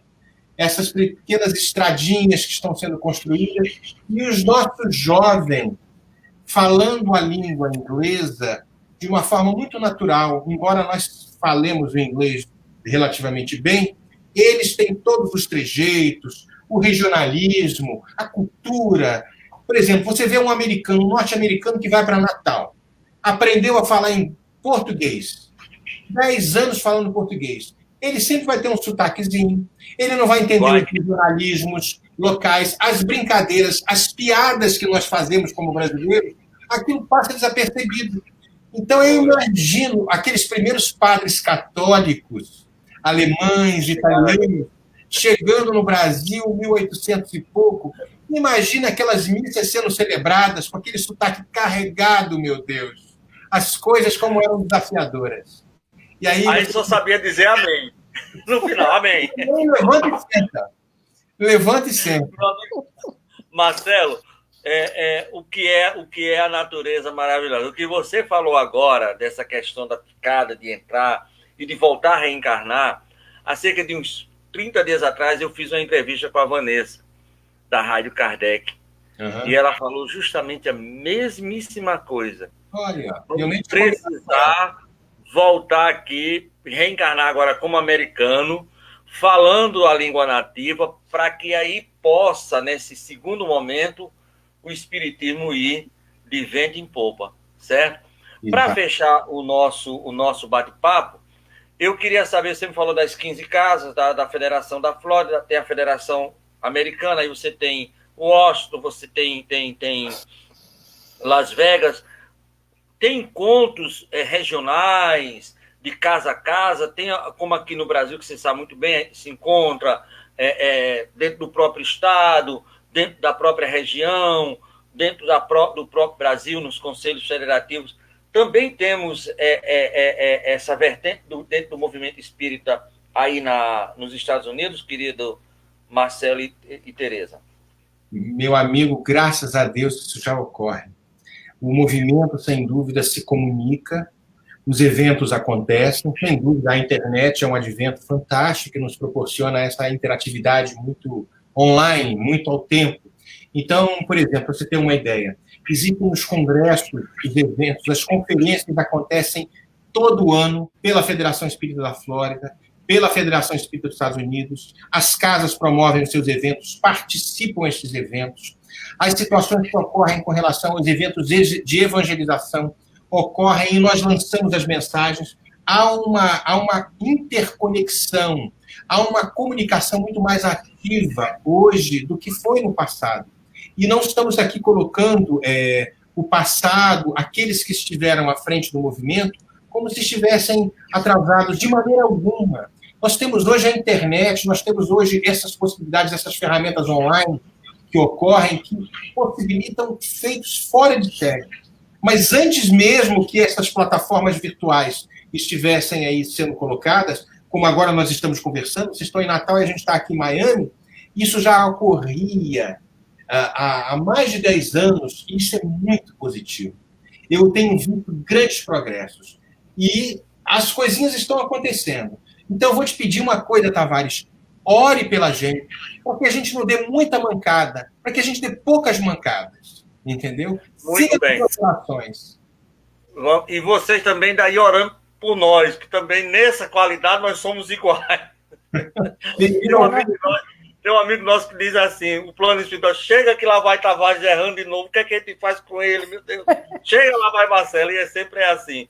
E aí eu vou seguir para você, ó. Diz, Tereza, por favor, me desculpa. Eu ia dizer que nós temos sempre que orar uns pelos outros, porque nós estamos expostos ao trabalho, expostos e dispostos ao trabalho, mas nós somos falíveis. Então, o que vale aqui é a nossa intenção e nosso desejo de acertar. Então, quando nós falharmos, que nós possamos corrigir e que nós possamos ser amparados uns pelos outros. É aquilo que está na mensagem. O verdadeiro espírito se reconhece pela sua transformação moral e pelo esforço que faz para domar as suas mais inclinações. E nós conseguimos aí, meu amigo Marcelo, aí o livro, aí ó, O Pão Nosso em português e o Pão Nosso já traduzido, um trabalho belíssimo, 2015, terceiro lugar aí numa grande competição hercúlica, saímos realmente vitoriosos, né? Então é uma bênção, uma maravilha. Precisamos, se você puder, eu sei que sua agenda é muito carregada, da Tereza também, mas eu queria fazer um outro estudo com você, assim que você tiver disponibilidade na sua agenda, exclusivo sobre o livro Pão Nosso com relação a essa tradução. Porque aquilo que você colocou, de um brasileiro falar ou traduzir para o saxônico ou vice-versa, tem que ter um meio de campo, senão vai ficar a coisa perdida. Certo? Certo. Muito bem. Pois não, pode dizer, Marcelo. Não, é isso mesmo, sem dúvida, né? Por melhor inglês que a gente possa falar, sempre vão existir ainda as construções latinas na forma de escrever, de traduzir. E tem aquele velho ditado, né? Tradutor, traitore, ou seja, quem traduz acaba traindo um pouquinho, a gente já dá uma traidinha em algumas coisinhas, né? Como diz aqui, quem conta aumenta um conto, né? Então, normalmente nas traduções tem isso. Mas nós estamos indo para o final, queríamos passar para vocês para as considerações, mas antes eu queria agradecer ao nosso irmão Décio, que está aí, de São Paulo, um abraço grande, a nossa irmã Andréia, que conseguiu, foi a arquiteta de tudo isso, nosso irmão Marquense, que amanhã estará aqui com a gente, fazendo um estudo, lá de Massachusetts, nosso irmão Marquense, filho mais bonito de Jacó Melo, que os outros não nos escutem. O filho mais bonito. O Ney, que é de Currais Novos, mas que está morando aí nos Estados Unidos também. Muito, né? Querido, muito querido. E a Michele também aí, maravilha, obrigado a todos vocês. Tem mais aqui a Monique também esteve aqui com vocês, conosco todos. A Nuzi Madureira, não é isso?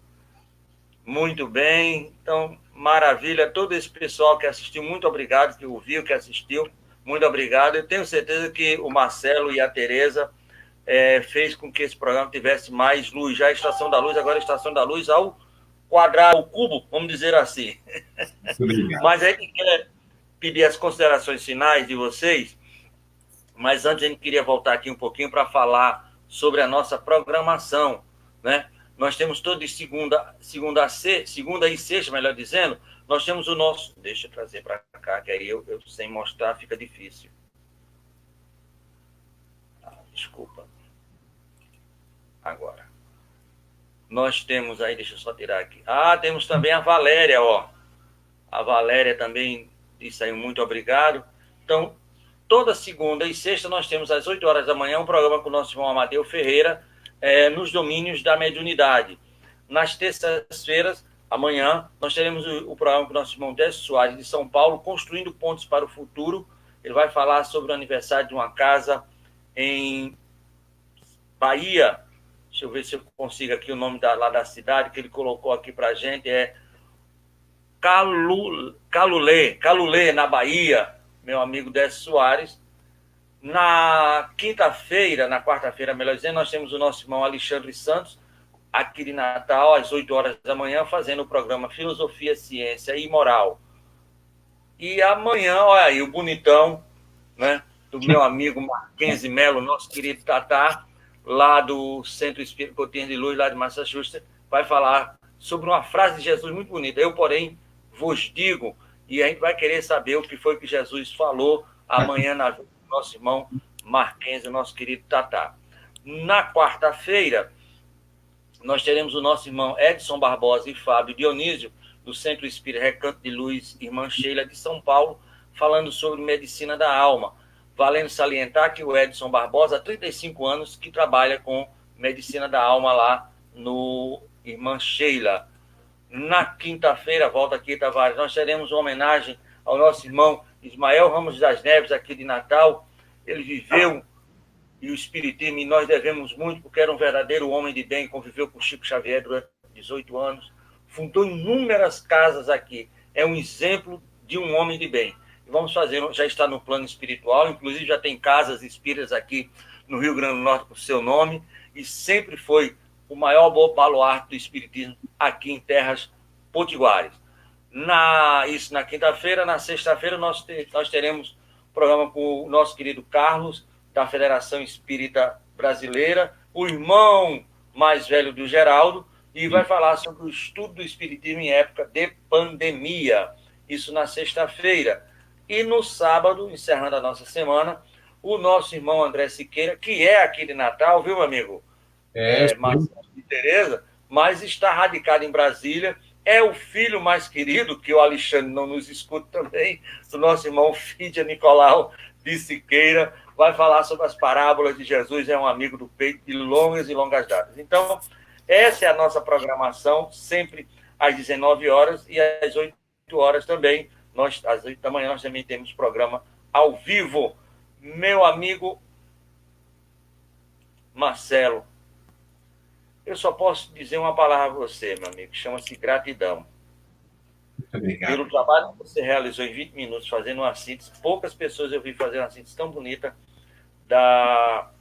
do Espiritismo. E, Tereza, eu já estava muito apaixonado por você. E quando me falaram que você trabalha com a juventude, que é o meu, olhe, é a menina dos meus olhos, é a infância e a juventude, porque eu acho que é o futuro de tudo. Eu fiquei mais fã e mais admirado de você. Muito obrigado. E como aqui nós somos bastante cavalheiros, vamos dar de novo a primeira vez para as considerações finais para a ala feminina do nosso programa. Muito obrigada, Tavares. Obrigada a todos por essa oportunidade. E você falou da evangelização, e realmente a evangelização também é a menina dos meus olhos, porque eu acho que a nossa responsabilidade com eles é muito grande. E trabalhar como educador é um privilégio, é um presente, é uma bênção.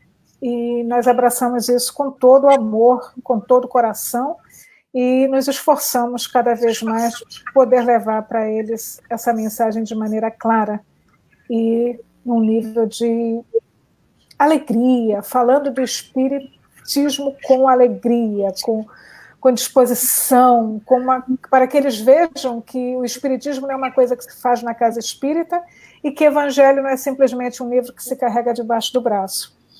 O espiritismo é uma maneira de viver e o evangelho é o nosso guia maior.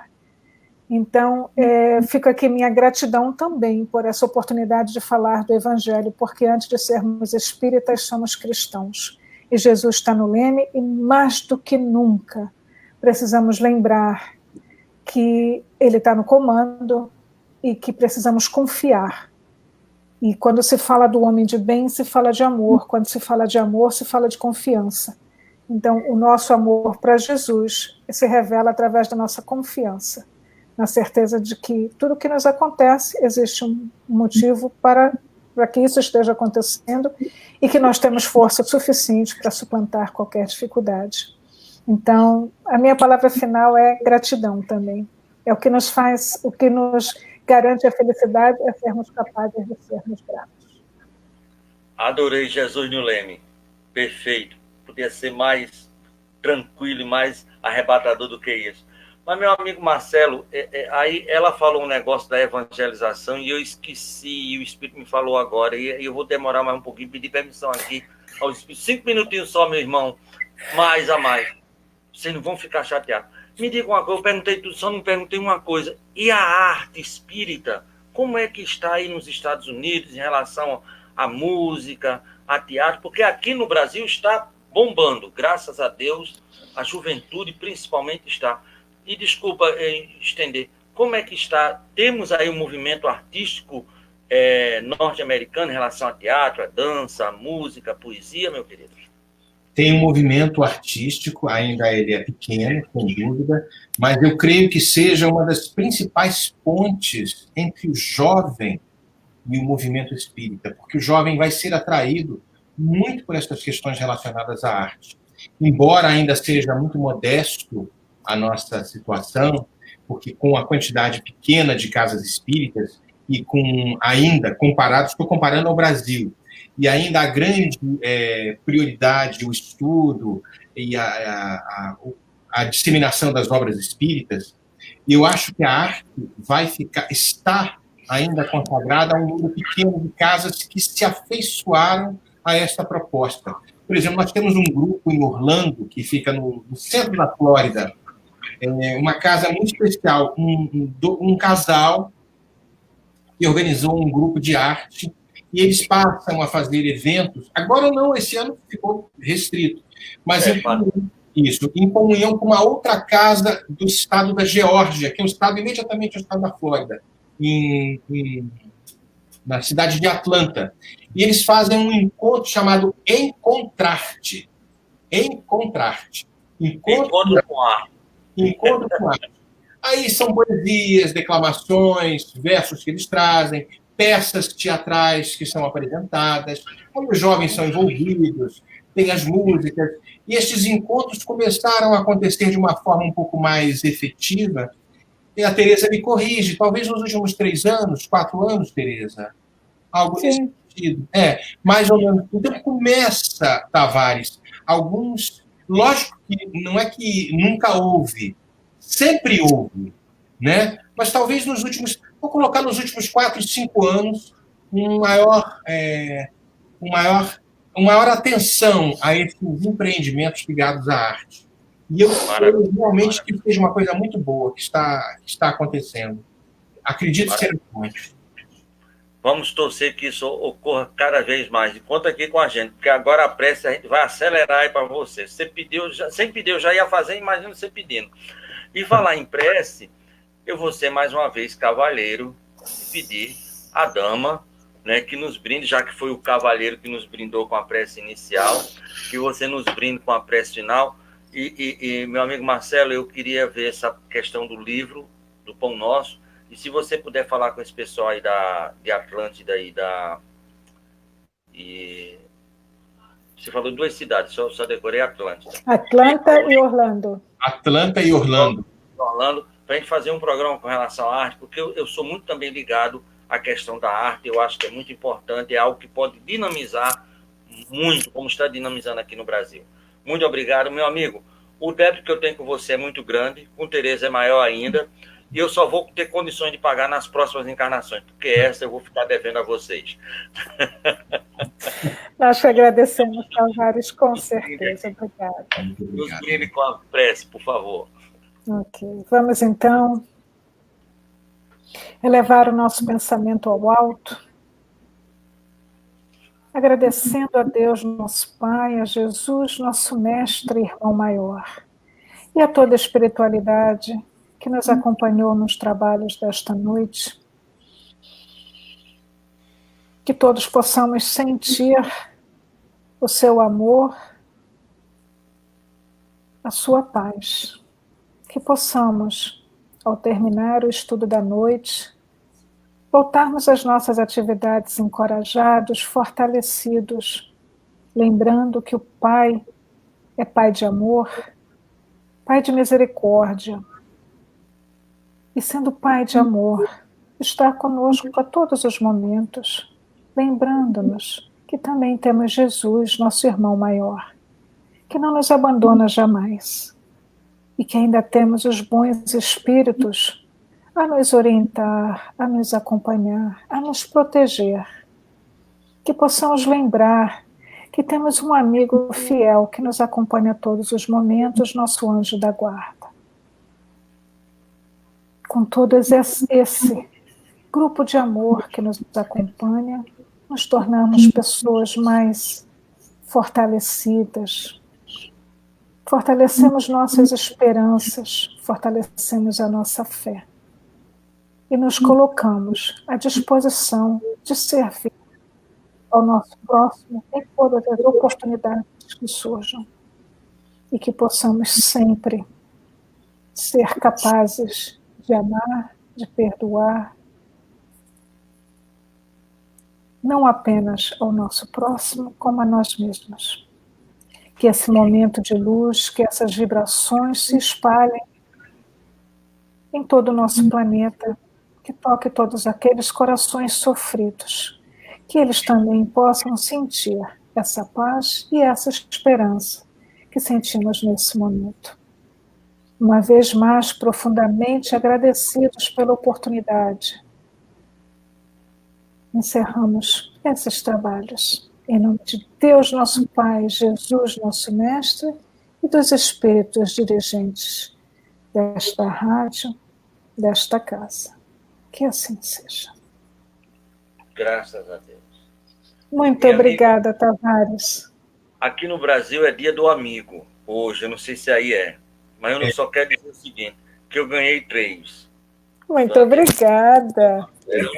Dona Andréia, é muito importante estender, Dona né? Valéria, mas quem já é amigo? De amigos. Isso aí, amigos. Muito amigos para sempre. Muito Amigo. Obrigado, meu amigo. Um abraço. Um abraço, obrigada. Tudo de bom. Tudo de bom, tudo de bom. Obrigado. Que felicidade.